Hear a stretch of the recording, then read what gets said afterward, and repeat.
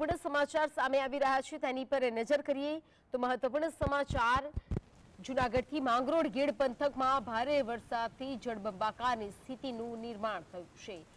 વરસાદ બંધ થતા ધીમે ધીમે પાણી ઓસરાવા લાગ્યા છે। માંગરોળના દ્રશ્યો કે જ્યાં પાણી ભરાઈ ગયા હતા, સતત વરસાદથી આ પાણીના દ્રશ્યો સામે આવ્યા છે। ખેડૂતોએ કરેલ વાવેતર બિયારણ પાણીમાં ગયું હોય તેવી નિરાશા જોવા મળી। જમીનનું ધોવાણ થતા ખેડૂતોને મોટી નુકસાનીની ભીતિ સતાવી રહી છે। માંગરોળના દ્રશ્યો, માંગરોળ ગેડ પંથકમાં ભારે વરસાદથી જળબંબાકારની સ્થિતિ, પાણી હજુ પણ ઓસરાયા નથી।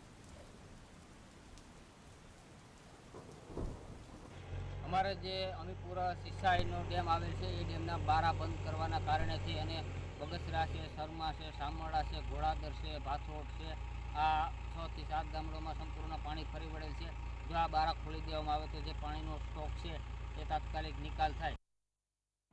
વધુ વિગતો સાથે સંવાદદાતા સંજીવ લાઈવ જોડાઈ ગયા છે। સંજીવ, માંગરોળમાં જળબંબાકારની સ્થિતિ, ખેડૂતોનું જે બિયારણ છે તે પણ પાણીમાં ગયું છે, નુકસાનીની ભીતિ, કેવા દ્રશ્યો અને શું વિગતો?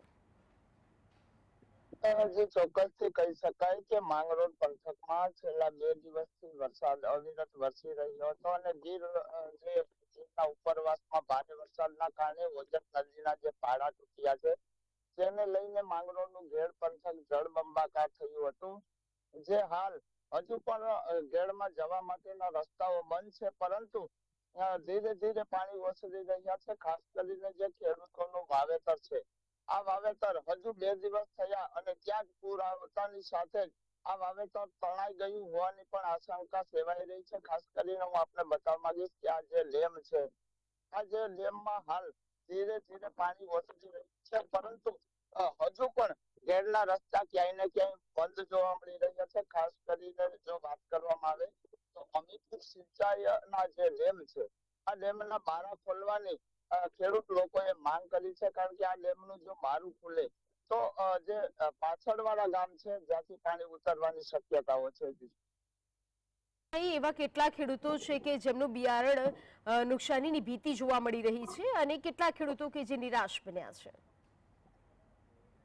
ચોક્કસથી કહી શકાય કે ઓછા ગેડ, સાંડા, સામરડા સહિતના જે 18 ગામો છે માંગરોળના ગેડ પંથકમાં, જે 18 ગામોમાં કોઈ ખેડૂતો જ બાકી છે। બાકી તમામ જે ખેડૂતો છે જેણે મગફળીનું વાવેતર કર્યું હતું પ્રથમ વરસાદમાં અને 4 દિવસ બાદ જ આ વરસાદ પડતા જે જમીનનું ધોવાણ થયું છે, જેમાં બિયારણનું પણ ધોવાણ થયું હોવાની આશંકા સેવાઈ રહી છે।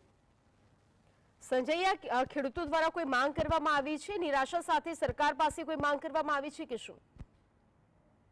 ખાસ કરીને ખેડૂતો કહી રહ્યા છે કે હર વખત જે આ પરિસ્થિતિ થાય છે, પરંતુ સરકાર તેમને સમજાવી આપે છે તેવું ખેડૂતોનું કહેવું છે। હાલ જે ખેડૂતો દ્વારા જે વધારેમાં વધારે સહાય મળે તેવી માંગ કરી રહ્યા છે।